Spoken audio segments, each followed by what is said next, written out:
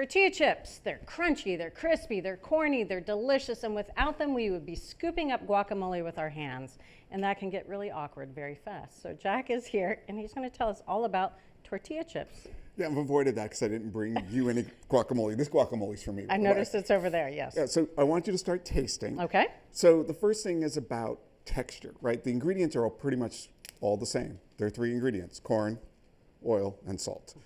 Big difference in texture. We like flaky, crispy, irregular, kind of bubbly surfaces. And when we talked to an expert at Texas A&M University, he told us it's not about stone ground. And in fact, the stone ground chips kind of were at the bottom of the ratings. Really? It's about the distance between the rollers, whether they're stone ground or whether they're steel rollers. And more distance gives you a more irregular chip, which is just more pleasing. Oh, I see. You know, we don't want flat and boring.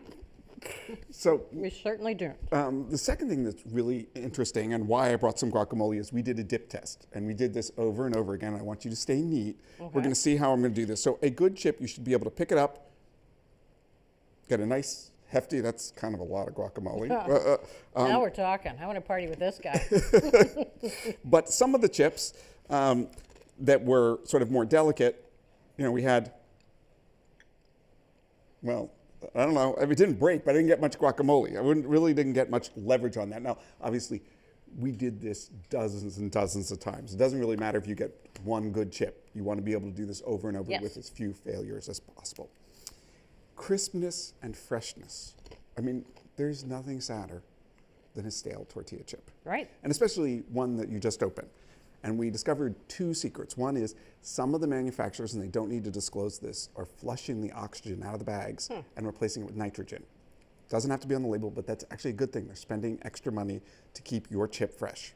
Gotcha. There is a trick that you can see, and that is the bag construction. So you'll see here, this bag is plastic on the outside, but foil on the inside. Right. I folded this down. And it doesn't matter, we saw paper and plastic together. That's a good combination. You just want multiple layers. And the brands that only had plastic, a single material, weren't as crisp. And again, the expert we spoke to at Texas A&M said that's because they're more susceptible to the harm from light, from oxygen, from moisture. And they're basically more layers in the bag. Again, it's more expensive, gives you more protection so that when you open that bag, it's crisp. All right, enough talking, enough dipping. Anything that you want to sort of comment on here? Well, these, I actually like the shape because you can get them into a bowl without cracking off the corner. They've got nice crisp texture, light, flaky. As you mentioned, that flakiness. Good corn flavor. Wouldn't throw those out of my kitchen. These, I feel like I have in my kitchen right now. Pretty sure. That's a very dippable chip. It's got really good saltiness to it. This one, none of these were bad, I have to say. Yeah, and I would say we recommended almost all of the brands that we tasted. The differences were fairly mild.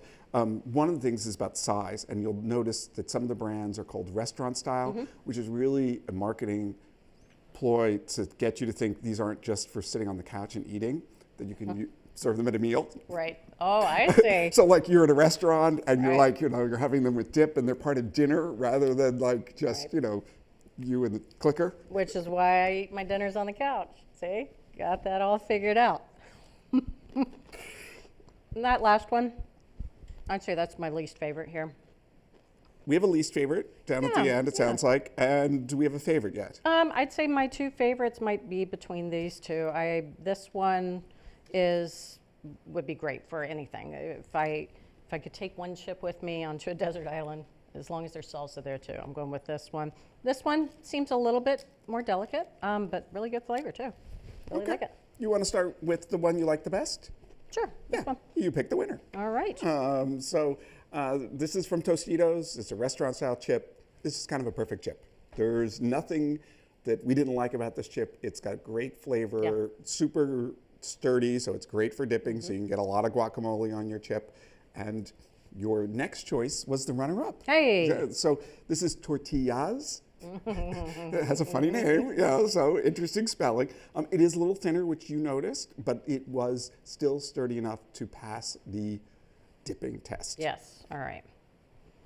Little round ones. Those are the Mission Chips. They were in third place. Okay. Again, we really liked them. Yeah. Thought they did fine in the dipping test. Nice corn flavor. Good corn flavor. And again, there's lots to like here on the table. And you won't break the edges when you're dipping it into the bowl. Last but not least, this is the only one that our tasters weren't wild about. This is the Late July. It's actually made by Campbell Soup, so it seems like it's a boutique brand, but it's really not a boutique brand. Right. They weren't as tasty as the other chips, and they also did not do as well in the dip test. Gotcha. Well, there you go. If you want to have some tortilla chips at home with or without guacamole, then you want to pick up the winner. It's the Tostitos Original Restaurant Style Tortilla Chips.